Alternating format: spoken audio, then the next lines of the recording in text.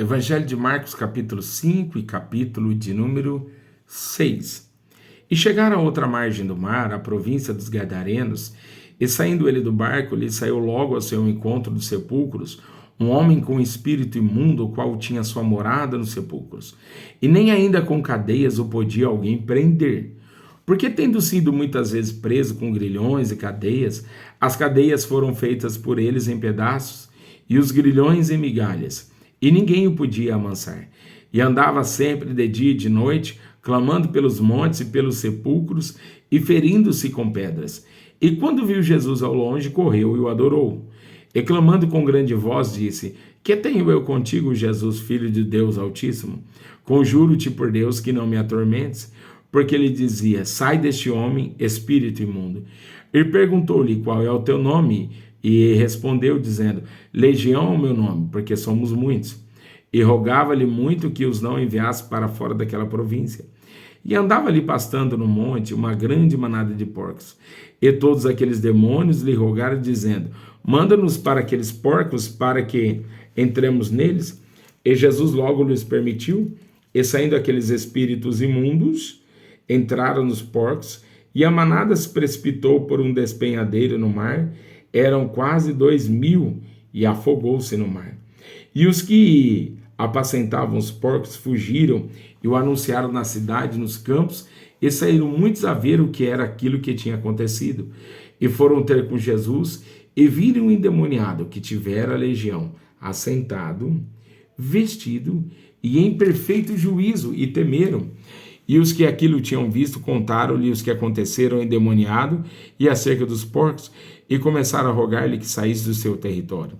E entrando ele no barco, rogava-lhe o que for endemoniado que o deixasse estar com ele. Jesus, porém, não lhe permitiu, mas disse-lhe: Vai para a tua casa, para os teus, e anunciam-lhes quão grandes coisas o Senhor te fez e como teve misericórdia de ti.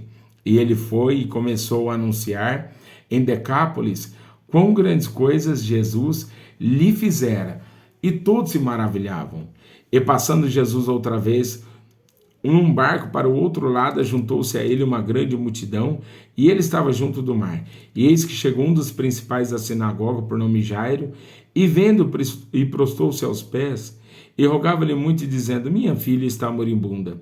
Rogo-te que venhas e impõe as mãos para que sara e viva. E foi com ele, e seguiu uma grande multidão que o apertava. E certa mulher que havia 12 anos, tinha um fluxo de sangue, e que havia padecido muito com muitos médicos, e despedindo tudo quanto tinha, nada lhe aproveitando isso, antes indo a pior, ouvindo falar de Jesus, veio por detrás entre a multidão e tocou nas suas vestimentas, porque dizia: Se tão somente tocar nas suas vestes, sararei. E logo se lhe secou a fonte do seu sangue, e sentiu no seu corpo estar já curado daquele mal. E logo Jesus, conhecendo que a virtude desse mesmo saíra, voltou-se para a multidão e disse-lhe: Quem tocou as minhas vestes? E disseram-lhe os discípulos: Vês que a multidão te aperta e dizes: Quem me tocou? Ele lhe rogava, olhava em redor para ver quem isso fizera. Então a mulher, que sabia que lhe tinha acontecido, temendo e tremendo, aproximou-se e prostrou-se diante dele e disse-lhe toda a verdade. E ele lhe disse: Filha, a tua fé te salvou, vai em paz e ser curada deste teu mal. Estando ele ainda falando, chegaram alguns dos principais da sinagoga, a quem disseram: A tua filha está morta, para que enfadas mais o mestre? E Jesus, tendo ouvido essas palavras, disse ao principal da sinagoga: Não temas, crê somente. E não permitiu que alguém o seguisse, a não ser Pedro e Tiago e João, o irmão de Tiago. E tendo chegado à casa do principal, na sinagoga, viu o alvoroço e os que choravam muito e pranteavam. E entrando, disse-lhes: Por que vos alvoroçais e chorais? A menina não está morta, mas dorme. E riam-se dele. Porém, ele, tendo-os feito sair, tomou consigo o pai e a mãe da menina, e os que com ele estavam, e entrou onde a menina estava deitada. E tomando a mão da menina, disse-lhe: Talita cumi, que traduzido é: Menina, a ti te digo, levanta-te. E logo a menina se levantou e andava, pois já tinha 12 anos, e assombraram-se com grande espanto. E mandou-lhes expressamente que ninguém o soubesse, e disse-lhe que dessem a ela de comer. E partindo dali, Jesus chegou à terra, à sua terra, e os seus discípulos o seguiram. E chegando o sábado, começou a ensinar na sinagoga, e muitos ouvindo se admiravam, dizendo: de onde lhe vem essas coisas, e que sabedoria é esta que lhe foi dada? E como se fazem tais maravilhas por suas mãos? Não é este o carpinteiro, filho de Maria, irmão de Tiago, de José e de Judas e de Simão? E não estão aqui conosco suas irmãs? E escandalizavam-se nele. E Jesus lhe dizia: não há profeta sem honra, senão na sua terra, entre os seus parentes e na sua casa. E não podia fazer ali obras maravilhosas, somente curou alguns poucos enfermos, impondo-lhe as mãos, e estava admirado da incredulidade deles. E percorreu as aldeias vizinhas ensinando. Chamou a si os 12 e começou a enviá-los de 2 em 2, e deu-lhe poder sobre os espíritos imundos, e ordenou-lhes que nada tomassem para o caminho, senão um bordão, nem alforje, nem pão, nem dinheiro no cinto, mas que calçassem as sandálias, e que não vestissem 2 túnicas, e dizia-lhes: na casa em que entrardes, ficai nela até partires dali. E quando alguns vos não receberam, nem vos ouvirem, saindo dali, sacudi o pó que estiver debaixo de vossos pés, em testemunho contra eles. Em verdade vos digo que haverá mais tolerância no dia do juízo para Sodoma e Gomorra do que para os daquela cidade. E saindo eles, pregavam ao povo que se arrependesse, e expulsavam muitos demônios, e ungiam muitos enfermos com óleo, e os curavam. E ouviu isto o rei Herodes, porque o nome de Jesus se tornara notório, e disse João, o que batizava: ressuscitou dos mortos, e por isso essas maravilhas operam nele. Outros diziam: é Elias, e diziam outros: é um profeta, ou como um dos profetas. Herodes, porém, ouvindo isso, disse: este é João que mandei degolar, ressuscitou dos mortos. Porquanto o mesmo Herodes mandara prender a João e encerrá-lo, manietando no cárcere por causa de Herodias, mulher de Filipe, seu irmão, porquanto tinha casado com ela. Pois João dizia a Herodes: não te é lícito possuir a mulher de teu irmão. E Herodias o espiava e queria matá-lo, mas não podia, porque Herodes temia a João, sabendo que era varão justo e santo, e guardava com segurança, fazia muitas coisas, atendendo de boa vontade, o ouvia.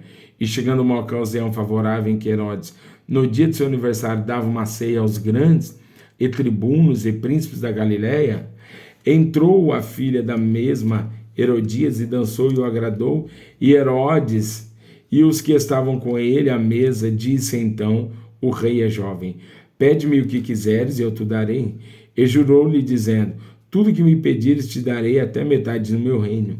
E saindo ela, perguntou à sua mãe: que pedirei? E ela disse: a cabeça de João Batista.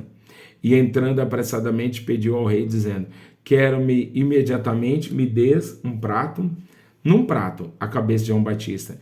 E o rei entristeceu-se muito, todavia por causa do juramento dos que estavam com ele à mesa, não o quis negar. E enviando logo o rei, o executor, mandou-lhe que trouxesse ali a cabeça de João. E ele foi e degolou na prisão. E trouxe a cabeça num prato e deu à jovem, e a esta deu a sua mãe.